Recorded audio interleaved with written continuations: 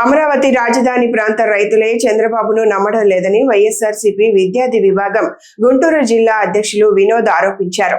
మంగళవారం గుంటూరు బృందావన్ గార్డెన్స్ లోని జిల్లా వైఎస్ఆర్సీపీ కాంగ్రెస్ పార్టీ కార్యాలయంలో ఏర్పాటు చేసిన మీడియా సమావేశంలో వినోద్ మాట్లాడారు.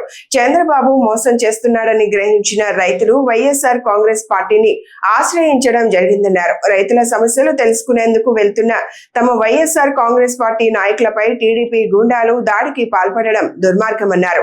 పానుగంటి చైతన్యపై రౌడీ షీట్ ఎక్కడ ఉందని ప్రశ్నించారు. ఎల్ల మీడియాలో పానుగంటి చైతన్యపై చేస్తున్న దుష్ప్రచారాన్ని తీవ్రంగా ఖండించారు. మాజీ ఎమ్మెల్యేలు, ఎమ్మెల్సీలు, మినిస్టర్లు పెనుమాకు వెళ్లటం జరిగింది.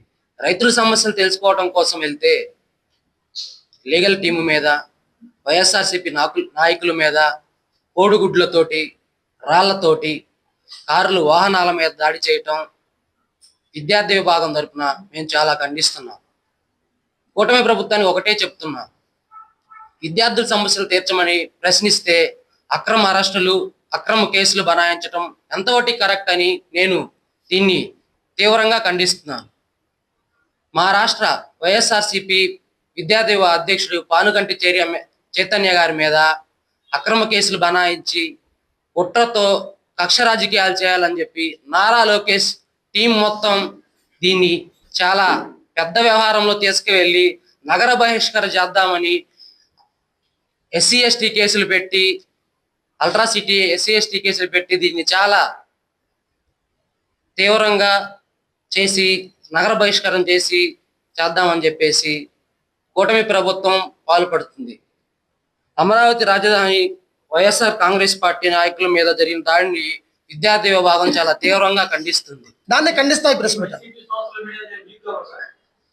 దాన్ని ఖండించడానికే మేము స్టేట్ వైజ్ గా ఈ ప్రోగ్రామ్ చేయడం జరుగుతుంది.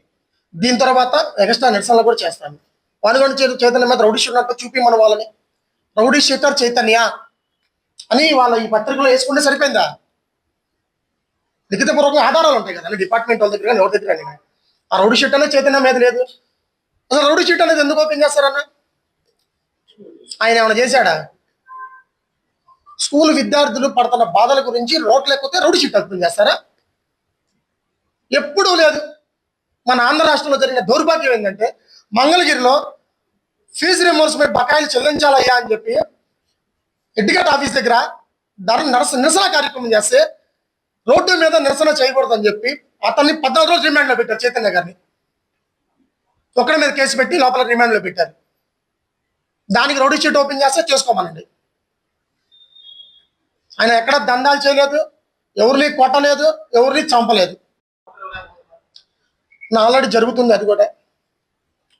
ఆ రోజు టీడీపీ ఆఫీస్ మీద దాడి చేసింది రౌడీ షీటర్లు గుండాలి అయితే, మా ఎక్స్ మినిస్టర్ గారి మీద, రాంబాబు గారి మీద దాడి చేసిన వాళ్ళు గంజాదాగి వాళ్ళు రౌడీ షీటర్లు గుండాలి కాదన్న? వాళ్ళకో న్యాయం, మాకో న్యాయం. ఏది గొంతెత్తి ప్రశ్నిస్తే ఏం చేస్తున్నారు? మీరు చెప్పిన రౌడీ షీట్ ఓపెన్ చేస్తున్నారు, లేదా సబ్జెక్టులు వేస్తున్నారు, లేదా కేసులు స్టేషన్లో పెడతారు. ఇవన్నీ ఖండించడానికే మేము ఈరోజు ఈ ప్రెస్ మీట్ పెడతాం జరుగుతుంది.